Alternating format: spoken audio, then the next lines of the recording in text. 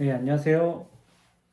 또 저번 주에 이어서 오늘도 이 자본과 이데올로기 토마스 피케티라 쓴 책 참, 이게 책이 진짜 두껍긴 한 것 같아요. 읽을 때마다 읽어도 주는 느낌이 없어. 보통 책을 읽으면 이거 뭐 일주일 안에 읽겠다, 얼마나 읽겠다 이거지만 이거는 그냥 이제 빨리, 그러니까 어느 정도 내가 목표를 정한다기보다는 읽어가면서 내가 기존에 알고 있던 지식들과 이 사람이 전해주는 정보와 어떤 생각들을 어떻게 하면 잘 조합시키느냐, 조합시켜서 또 저만의 더 나은 에너지로 가느냐를 좀 중점적으로 보는 것 같습니다. 그래서 오늘은 또 이 앞에 서문과 이 책이 말하고자 하는 그 서문의 내용과 그리고 첫 장의 삼원사회, 이 저자가 말하는 거에 대해서 한번 같이 이야기해 보도록 하겠습니다. 일단은 우리 느낌적으로는 이 사회가 점차 불평등으로 향해 가고 있어요.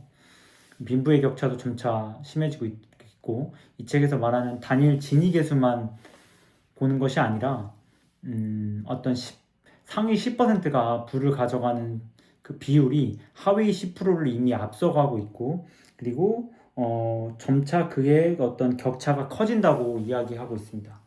네, 그런 측면에서 볼 때 이 그 자본의 어떤 불규칙성이, 그러니까 불평등이 계속 지속되고 있고, 그것이 왜 이렇게 지속되느냐에 대한 것을 사회적으로 그리고 문화적으로 그리고 그 어떤 지표를 통해서 최근 확인해주고 있어요.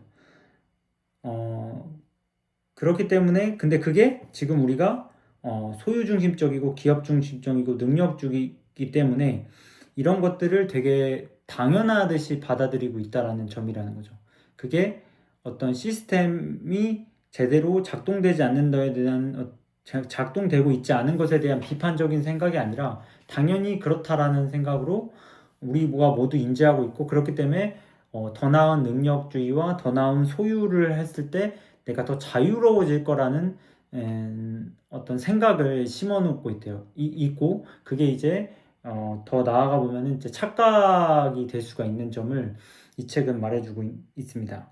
그래서 이제 어떻게 보면은 물론 이 서양에서 뭐 진보라고도 하지만 사회에 저는 양상이 바뀌었다고 보는데, 교육의 수준이 18세기 말에는 세계 인구의 10%가 교육을 받고 있지만 오늘날에는 85%가 받고 있어요. 그런데 우리가 생각해 볼 게 뭐냐면 18세기 말 세계 인구의 10%가 배웠던 공부의 질이 과연 오늘날 85%가 받고 있는 교육의 질과 똑같냐고 물어봤을 때는 정말 큰 차이가 있어요.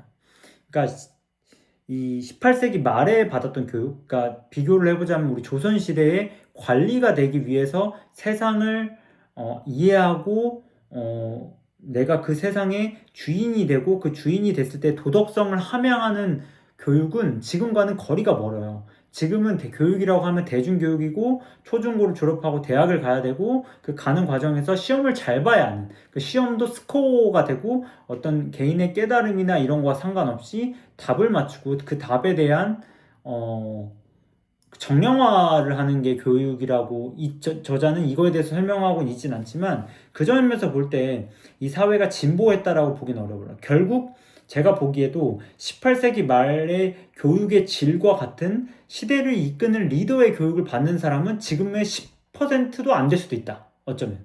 그런 부분들을 좀 생각해 볼 수 있어요. 그러니까 결국에는 이 교육의 수준이 높아졌지만 그 받는다고 하는 어떤 통계적 수치는 높아졌지만 실질적으로 그 교육이 내가 삶을 주인으로 만들고 이 삶의 양극화를 줄일 수 있는 걸로 가고 있진 않다. 그러니까 다른 말로 하면 이 교육의 85%가 오히려 양극화를 더 촉진시킨다. 그리고 이 85%도 물론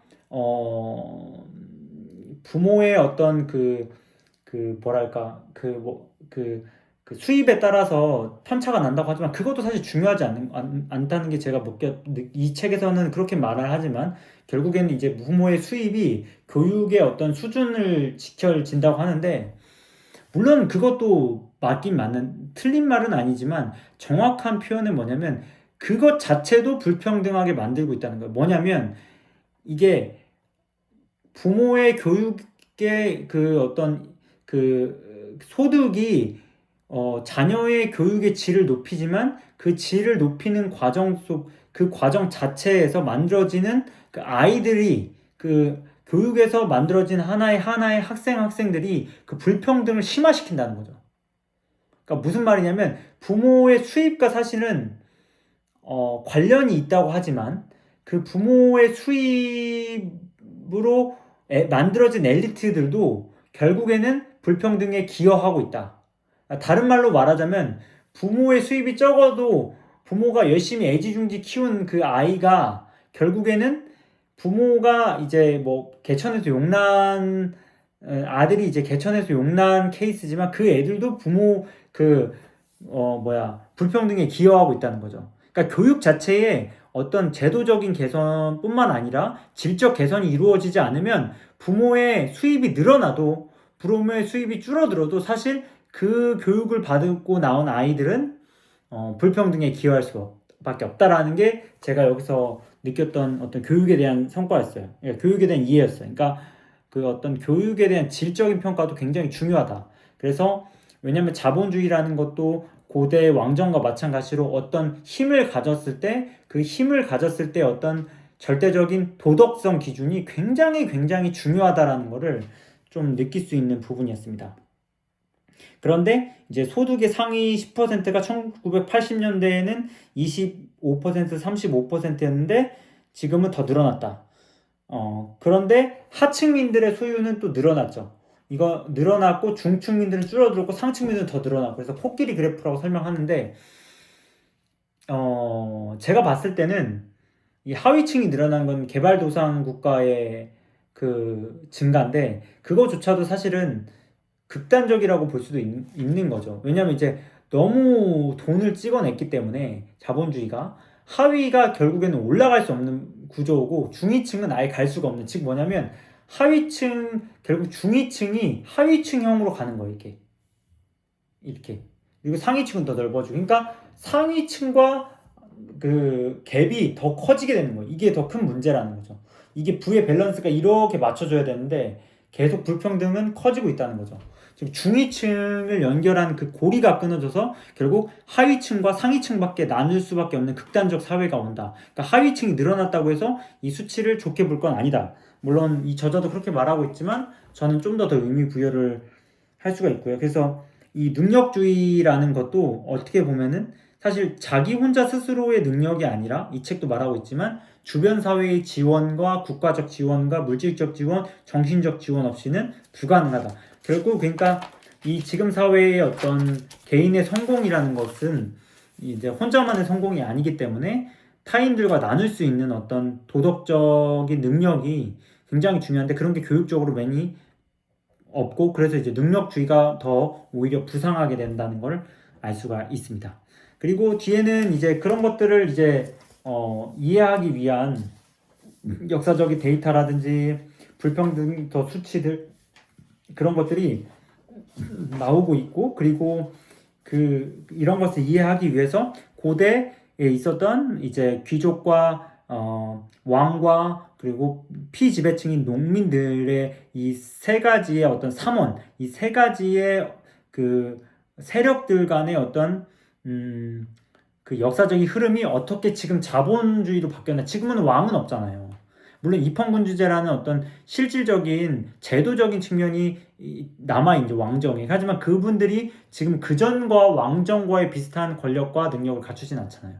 그렇기 때문에 어떻게 그런 삼원사회에서 지금까지 왔느냐. 하지만 책도 설명하고 있지만 사실 달라진 건 없어요. 달라진 건 없지만 그 어떤 구조적 차이는 그러니까 그거가 기능적인 부분은 달라진 게 없는데 구조적인 건 왜 바뀌었냐는 거죠. 지금의 사제들과 이런 부분들은 결국 금융권이 가져가고 있고 기사들은 이제 정치권이 그걸 지배하고 있고 거기에서 나오는 피지배층들이 똑같이 자기가 번 돈을 다 바치고 있는 상황에서 기능은 똑같은데 구조는 왜 바꿨냐라는 책을 이제 이 1000페이지 가까이 설명을 하고 있고, 그걸 이제 앞으로 또 데이터라든지 해결책이라든지 그 어떤 저자의 생각을 알려주고 있습니다. 사실은 결국에는 왜 이걸 근원부터 파고드냐면, 그래서 이 책이 위대한 건데, 단순히 지금 사건만 보는 것이 아니라 지금까지 온 사건들이 과거가 연결이 되지 않을 거라는 그 생각이 있고, 왜냐면 과거는 좀 더 미개했을 거니까, 과학이 없는 시대이기 때문에 라고 생각하는 편견이 우리가 좀 있을 수 있지만, 그거를 사실 아닌 거죠. 왜냐면 지금의 나라는 것에 뿌리는 계속 공부를 하고 역사를 하다 보면 지금에 오듯이, 사실 이 책도 역사적인 역사책이죠. 이런 것부터 본다고 한다면, 그러니까 역사를 올바로 알았을 때는 이게 왜 지금 사회로 됐는지에 대한 어떤 그 자연스러운 이해가 되거든요. 그래서 그런 부분들을 좀 더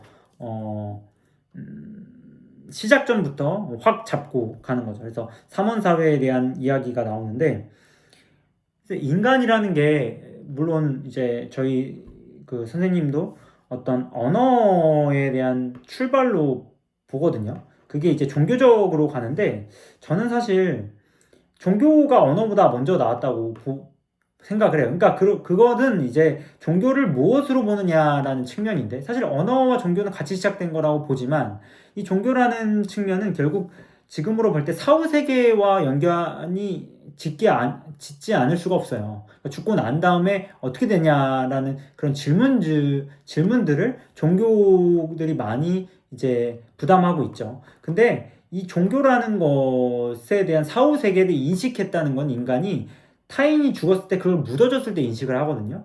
즉 다른 동물들은 다른 동물들은 어떤 그런 사후적 세계관이 없고, 즉 언어가 없기 때문에 사후적 세계관이 없을 수밖에 없고, 그러니까 결국 그게 같은 거죠. 언어가 없기 때문에 사후적 세계관이 없고, 사후적 세계관이 없기 때문에 언어가 없는 걸 수도 있어요. 이게 같은 이미지인데요. 근데 저는 이제 이해하기로는 결국에는 고고학적 발굴로 봤을 때는 인간이라는 것을 규정하고 싶자 하는 시대를 이제 타인이 죽었을 때 그걸 묻어줌으로써 사후의 세계에 대한 어떤 인지, 이를 바탕으로 인간이 결국엔 그러한 종족이 호모 사피엔스 이런 종족을 말하거든요.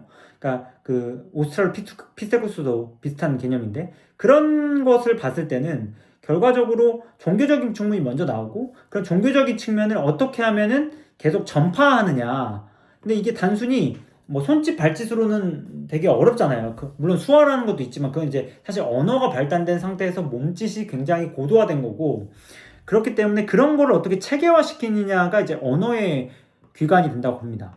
그렇기 때문에 종교라는 것은 결국엔 위계질서가 있고 높이가 있기 때문에 재정일치를 우리가 보잖아요. 그렇기 때문에 그 재정일치라는 것이 이제 생기게 되고, 그게 신격화되고 신의 순서가 정하기 때문에 이런 왕정체계가 나올 수밖에 없고, 그 안에서 사실 언어라는 것이 발전되면서 이게 욕심이라는 그 어떤 욕망이라는 것과 같이 들어오게 되거든요. 왜냐면 이제 언어라는 세계는 굉장히 무한하고 셀 수 없는 어떤 관념적인 세계이기 때문에 어떤 물질적인 어떤 나의 생각들과 관념들을 무한히 담을 수 있어요.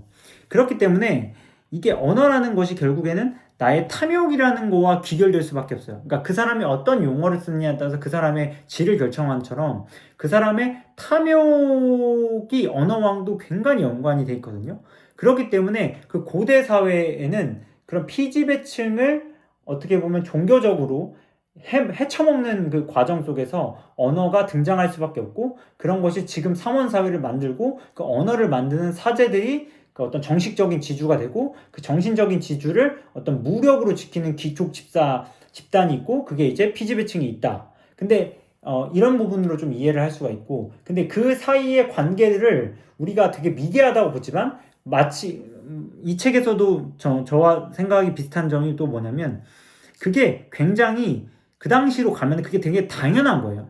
왜냐면 어떠한 사건에 대한 심리적 안정을 줄 수 있는 것, 지금도 마찬가지겠지만 종교적으로나 이런 나쁜 애군들을 우리가 과학적으로 해결할 수 없으면 종교적으로 해결할 수 있는 방법밖에 없거든요. 그래서 결국에는 이제 죽음을 대한 어떤 무지가 있으면 결국 마지막엔 다 종교로 가는 그런 형태를 본다고 하면 왜 이제 교회나 절이나 이런 분들의 나이가 많으신 분들이 있는지를 좀 짐작을 해볼 수 있는 것 같아요. 그러니까 그런 측면에서 볼 때 이게 이제 그런 정신적인 안정과 그 어떤 물리적인 안정을 위해서 피지배층도 그들의 존재를 인정할 수밖에 없었고 또 하나는 우리가 이 뭐 노예로 태어나면 평생 노예고 귀족으로 태어나면 평생 귀족이고 왕으로 태어나면 평생 왕이냐 뭐 그렇지가 않다라는 거예요. 그러니까 지금도 한순간에 부자가 되거나 빈자가 되거나 또 빈자가 부자가 되고 이런 경우가 굉장히 숱하게 많이 발생하는데 마찬가지로 그 당시도 그게 굉장히 빈번했을 가능성이 높다라는 거예요. 그러니까 그게 대부분 이제 전쟁이었던 거죠. 근데 지금은 자본이 흘러가고 그 자본에 의해서 흥망성쇠가 되기 때문에 전쟁이 굳이 필요 없는 상황에 놓이게 됐지만 과거에는 그런 전쟁으로서 그런 역학관계가 굉장히 수월했다. 그렇기 때문에 어떻게 보면 지금의 내가 돈을 많이 가졌다고 해서도 절대 우쭐할 수 없다는 거죠. 내가 그 돈을 어떻게 사용하고 운영하는지가 지금 과거의 왕들의 운명처럼 같이 그 어떤 결을 같이 한다고 우리가 볼 수가 있어요. 그래서 굉장히 어떻게 보면은 살얼음판을 걷는 것처럼 또 우리는 느낄 수가 있다라는 거죠. 돈이 많다라는 것을. 단순히 돈이 많다면 좋다라는 감정이 아니라 이 돈을 어떻게 해야지 내가 과거의 왕들처럼 이 모가지가 성하게 살아남을 수 있느냐라는 포인트를 줄 수 있는 것 같습니다. 그래서 그런 부분들을 우리가 본다면 굉장히 사회가 유동적이었다는 걸 볼 수가 있고 그렇기 때문에 지금의 사회도 유동적일 수밖에 없다. 그러니까 지금의 젊은이들이 결국에는 우리가 뭐 어떤 돈의 운영을 하고 자본가나 어떤 그 수준으로 못 나아가기 때문에 대박이라든지 어떤 한탕을 땡기려는 그런 생각들이 나는 것 같아요. 하지만 과거와 역사를 공부해 보면은 그런 한탕주의보다도 내가 의식을 개혁하고 어떤 내가 준비해 오는 어떤 과정 속에서 기회를 정확히 알고 그거를 내가 내 수준에 맞게 이용한다면 충분히 나도 과거의 왕과 주인의 삶으로 살아갈 수 있다라는 게 포인트예요. 근데 반대로 내가 단순히 돈만 많다고 해서 이 왕과 이 어떤 권위를 끝까지 누릴 수 있다라는 착각에서는 우리는 벗어나야 되겠죠. 그렇기 때문에 그런 부분들이 이 책에서 많이 나오고 있고 과연 이제 데이터로는 나오진 않는요. 과거의 그런 데이터가 참 나오긴 어려우니까. 하지만 뭐 어떤 1500, 16세기나 이런 데에서 보면은 삼원사의 구조가 이제 인구가 상당히 어떻게 분포됐는지. 근데 결국 그게 10% 미만이에요.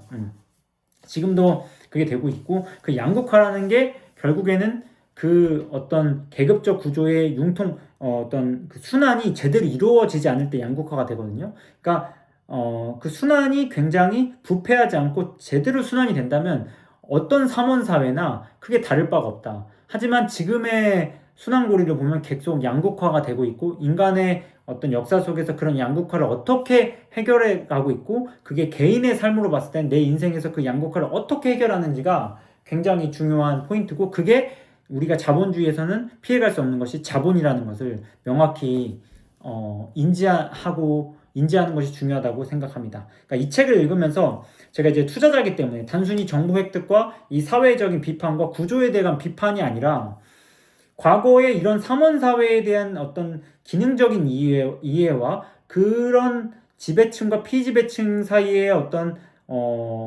변화들이 지금과 같은 현상도 똑같진 않지만 동일시 이어진다면 나라는 사람이 어떻게 삶을 살아가야 되는지에 대한 그 어떤 메시지를 전달해 주는 거라고 저는 봅니다. 그러니까 책이 항상 내 삶에서 동떨어지게 읽는다는 것은 그것은 진정한 책이가 아니라는 생각이 들고 그래서 다음에는 이제 이 삼원 사회가 어떻게 이제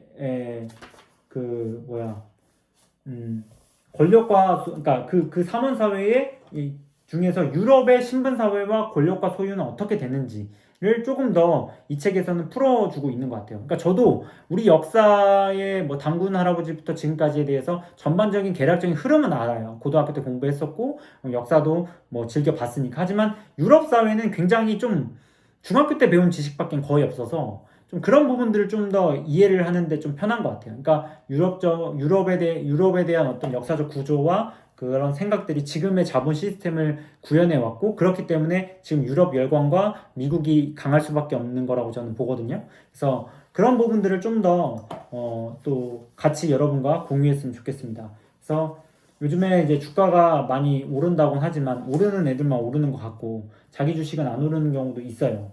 그리고 더 욕심에 지금 빨리 들어가면 안 되냐는 생각이 있는데, 역사는 늘 반복된다는 것은 뭐냐면 내가 가진 생각의 틀을 바꾸지 않으면 반복됐다는 거라고 생각합니다. 그렇기 때문에 내가 가진 생각의 틀을 어떻게 하면 보편적인 사고와 공동체를 만들 수 있는 데에 좀 더 포커스를 둔다면, 단순한 탐욕에 의해서 내가 끌려다니기보다는 탐욕이라는 그냥 강한 불덩어리 같은 에너지를 세련되게 만들어서 좀 더 내 삶에서 세련된 감정과 어떤 생각과 판단력으로 만들 수 있을 거라고 봅니다. 그래서 날이 점점 추워지는데 감기 조심하시고 항상 건강하시고 즐거운 하루가 되셨으면 좋겠습니다. 감사합니다.